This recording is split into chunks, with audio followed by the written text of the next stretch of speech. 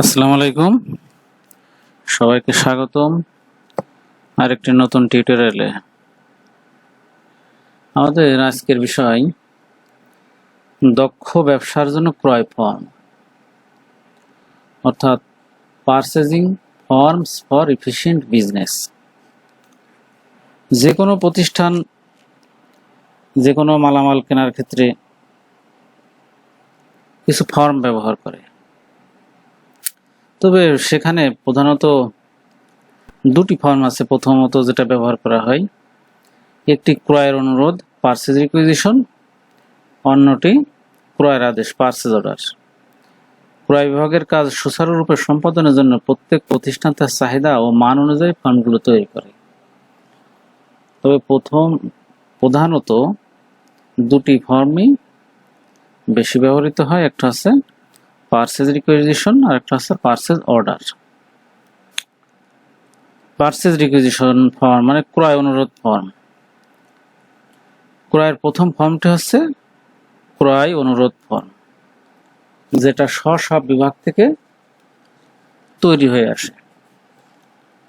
Purchase requisition বা indent এক এক প্রতিষ্ঠানে এক এক নামে ডাকা হয়।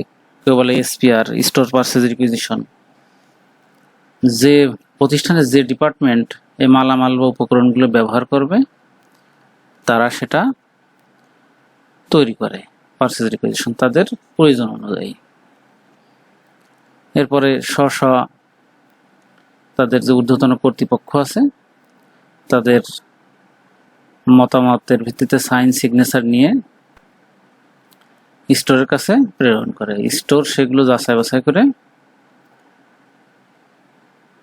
ক্রয় বিভাগে পাঠায়।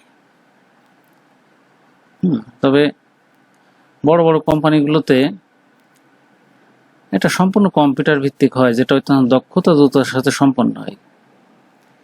কিন্তু অতি দ্রুত ও অনির্ধারিত ক্রয়ের ক্ষেত্রে অনুরোধপত্রে অনেক বেশি তথ্যের প্রয়োজন হয়। তবে অনেক তথ্যই থাকে ক্রয় অনুরোধ ফর্মে বা ইনডেন্টে বা পারচেজ রিকুইজিশনে। প্রথমত কি মালামালের প্রয়োজন হবে, কতটুকু প্রয়োজন হবে, কবে লাগবে, সর্বশেষ কবে এটা কেনা হয়েছে, কোন সেকশনে লাগবে এটা তো থাকবেই, সর্বশেষ কবে নষ্ট হয়েছে, কবে রিপ্লেসমেন্ট করা হয়েছে সেটাও এখানে উল্লেখ করা লাগে।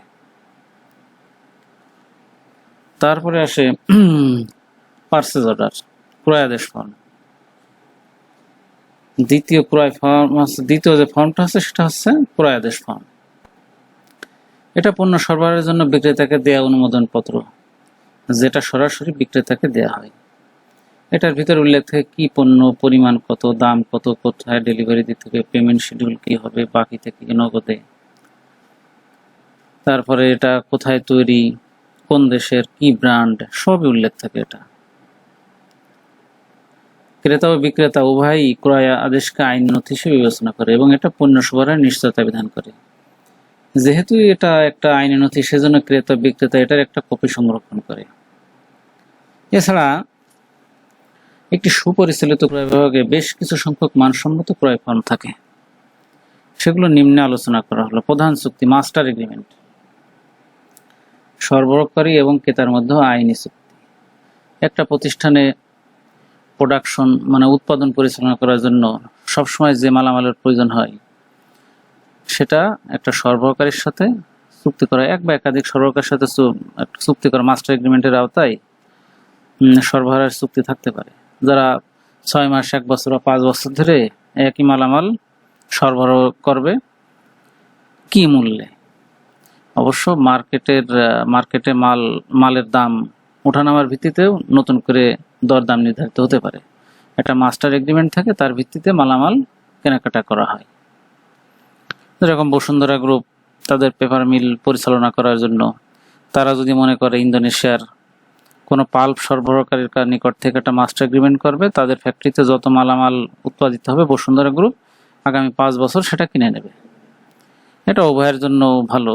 ইন্দোনেশিয়ার যে সাপ্লায়ার আছে, তারা তাদের পরিকল্পনা মতো প্রোডাকশন চালাতে পারবে, তাদের বিক্রি করার জন্য আর ছুটোছুটি করা লাগবে না। আর বসুন্ধরা গ্রুপ নিয়মিত মাল আমদানির একটা নিশ্চয়তা পেল। স্বাধীন ঠিকাদারি চুক্তি, ইন্ডিপেন্ডেন্ট কন্ট্রাক্টর এগ্রিমেন্ট। এটা ব্যবহৃত হয় যখন নির্ধারিত সরবরাহের বাইরে থেকে অনির্ধারিত কাজের জন্য অনির্ধারিত স্বাধীন ঠিকাদার নিয়োগ দেওয়া হয়। কোম্পানির আইন বিভাগ এই ফর্মগুলো পর্যালোচনা করে। যেরকম কোম্পানির নতুন একটা বিল্ডিং তৈরি করতে হবে স্টিল স্ট্রাকচারের, এটার জন্য বাংলাদেশে অনেক কোম্পানি আছে, মার্কস স্টিল আছে, আয়রন বিল্ট আছে, সরকার স্টিল আছে, আরো অনেক আছে।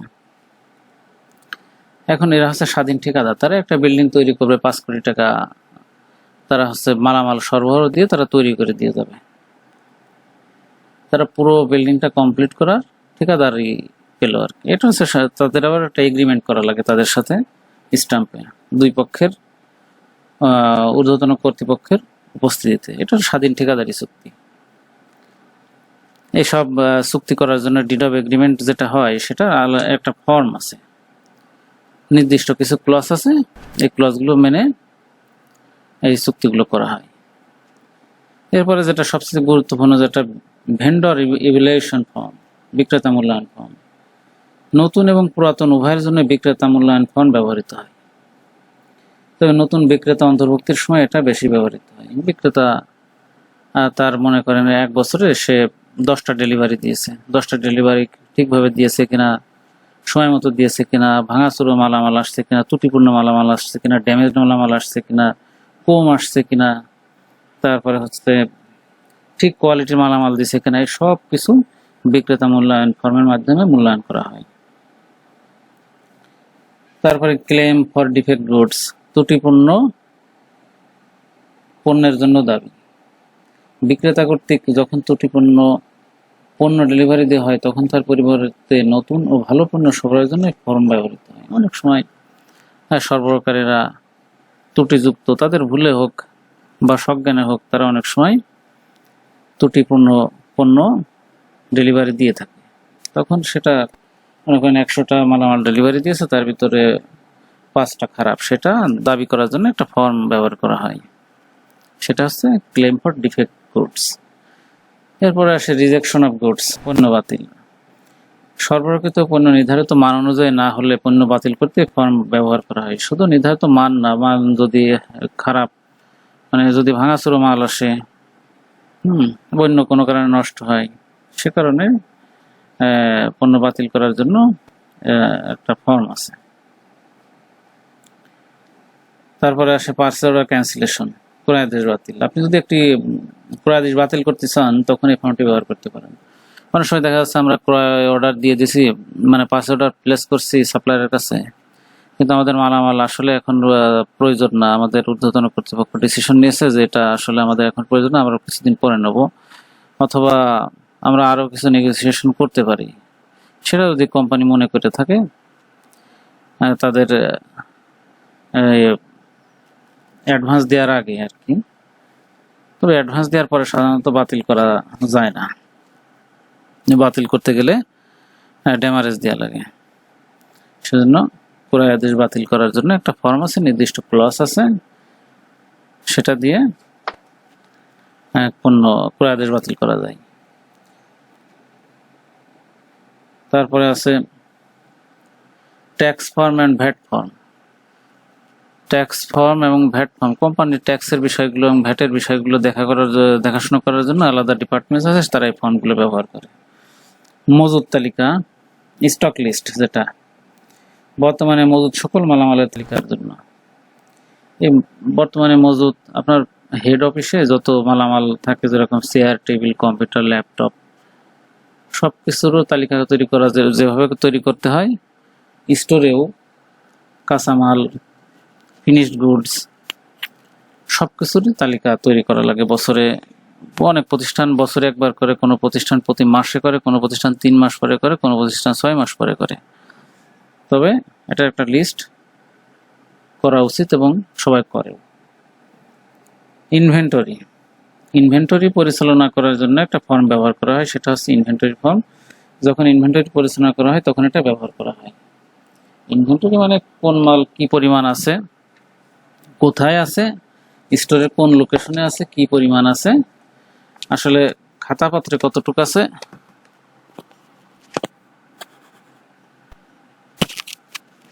আপনার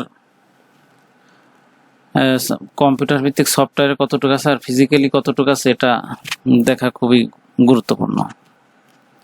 তারপরে আসে ধারের জন্য রিকোয়েস্ট ফর ক্রেডিট। যখন আপনার অনেক সময় মার্কেট থেকে অ্যাডভান্স দিয়ে মালামাল কেনা লাগবে, জরুরি কেনার প্রয়োজনে, তখন অ্যাকাউন্টস থেকে আইও ফর্ম দিয়ে আইও ফর্ম অনুমোদন করিয়ে টাকা ধার নেওয়া হয়, সেটা হচ্ছে রিকোয়েস্ট ফর ক্রেডিট। সবচেয়ে বেশি ব্যবহৃত এই ক্রয় ফর্মগুলি বড় প্রতিষ্ঠানগুলোতে কম্পিউটারের মাধ্যমে সফটওয়্যার দ্বারা নিয়ন্ত্রিত হয়, তবে ছোট ব্যবসায়ীরা এগুলো স্টেশনারি দোকান এবং বিভিন্ন ওয়েবসাইট থেকে সংগ্রহ করতে পারেন।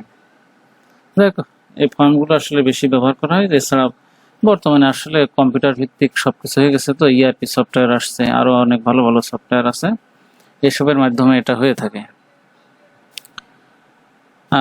আজকে এই পর্যন্ত, ততক্ষণ পর্যন্ত আল্লাহ হাফেজ।